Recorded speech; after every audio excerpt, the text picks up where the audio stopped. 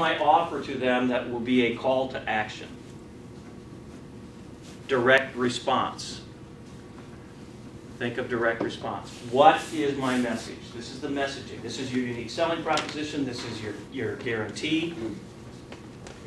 It should address what they want first, not what you think they need. This is one mistake that lots of marketers and salespeople make, is the compulsion to want to sell the need right away. So I tell the story about the drill bit versus the hole. Right? You get the story? What do you really want at the end of the day? You want a hole. You need a drill bit. All right, so I go into Ace Hardware.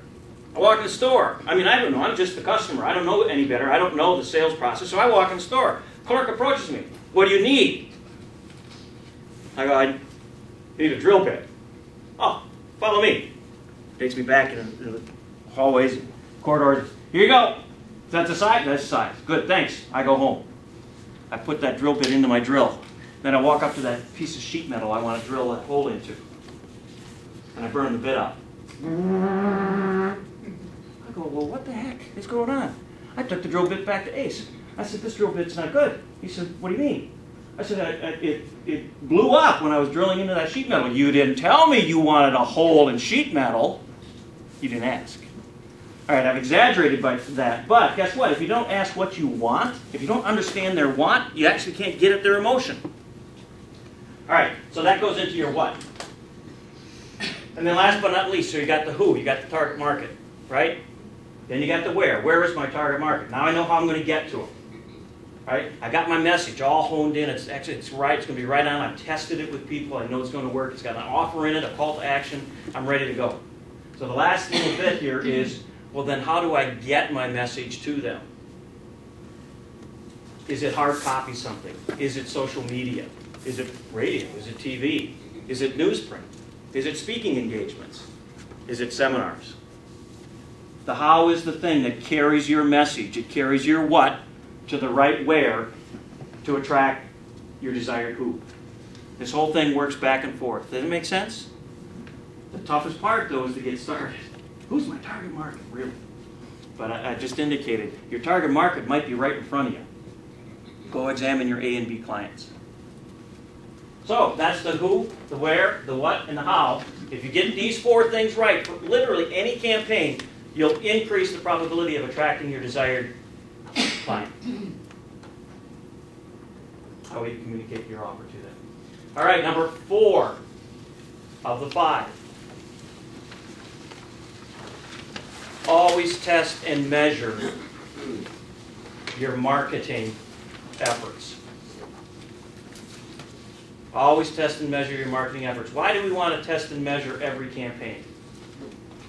Why would we want to do that? See if it's effective. See if it's effective. And if it's effective, what are we going to do? Do it again. Right? So I spoke to a business owner the other day. I'm not being critical. I'm really not, because we've all seen this, right? Talking to a business owner the other day, and I said, so do you track your test and measure your marketing? He says, no, I don't. I don't know what leads I'm getting for the expense, right? So how much are you spending? I guess in a full year I probably spent about $35,000. Do you track your labor? Oh yeah, I don't trust those guys for nothing. I make sure I get every hour, right? I got to. And I make sure that they're productive. So what are you paying some of your labor? About $35,000 each, right? We track the labor so tightly, but we aren't tracking this thing called marketing, and it is just testing and measuring, right? So how do we want to test and measure? You want to really test and measure campaign specific. You want to know, how's my social media working? Is it worth it, right? How did that direct mail campaign work? How many leads did I get? How many of those did I convert to clients? How frequently did I continue to sell to them? What was my average dollar sale to them? All of these things are trackable.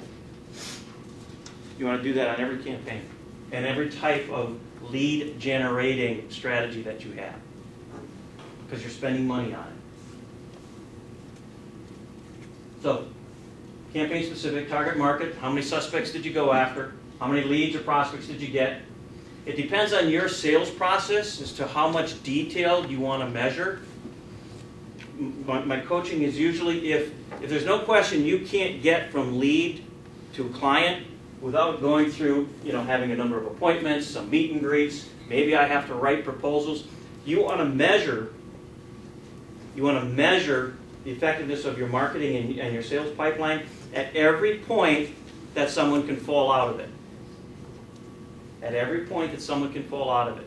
So if I met with 100, if I sent 100 of these out, and I got 50 people raise their hand, said they're interested, but I only had 10 that I was able to set appointments with, ooh, this conversion, the conversion between lead to appointment, ooh, I was only 20%.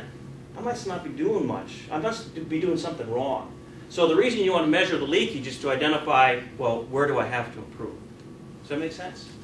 Right. And then there's proposals. Maybe in your business you have proposals. Maybe there's negotiation, but eventually there is conversion. And at the end of the day, ultimately, it's the number of leads that you converted to clients. What do we do when they're A and B clients and they just start shopping with us? What do? We want to then move them up the ladder of loyalty, don't we? Because it's worth marketing to them and working on it. So we want to move them to customer, member, advocate, and raving fan.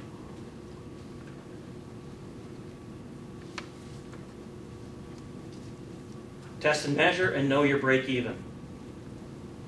Break even is that point at which your next sale makes you a profit. Not every sale makes you a profit, because we know that we have certain fixed costs or overhead investments that have to get covered.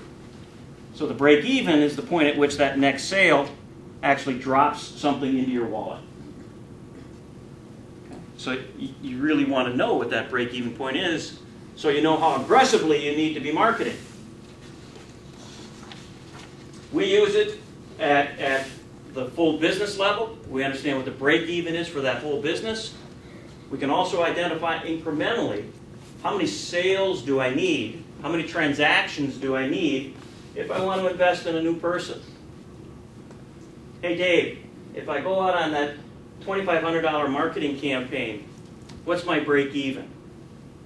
What new incremental sales do I have to realize to pay that back? And we can I'm going to show you how to calculate that. I want to invest in some equipment, maybe. Those are all incremental investments that you'll make in your business that you really want to know, incrementally, what do I need to generate in sales to put something back in my pocket? So let's just do it around a campaign. Lots of numbers here, but you should see this on page 8. And I'll walk you through this.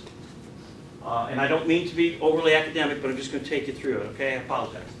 So if we had a marketing campaign cost of $2,500, that's our best estimate by type of campaign, right? And if I have a gross margin in the business of 40%, this is my profit after direct cost. Not all my costs, but it's my profit after my direct cost.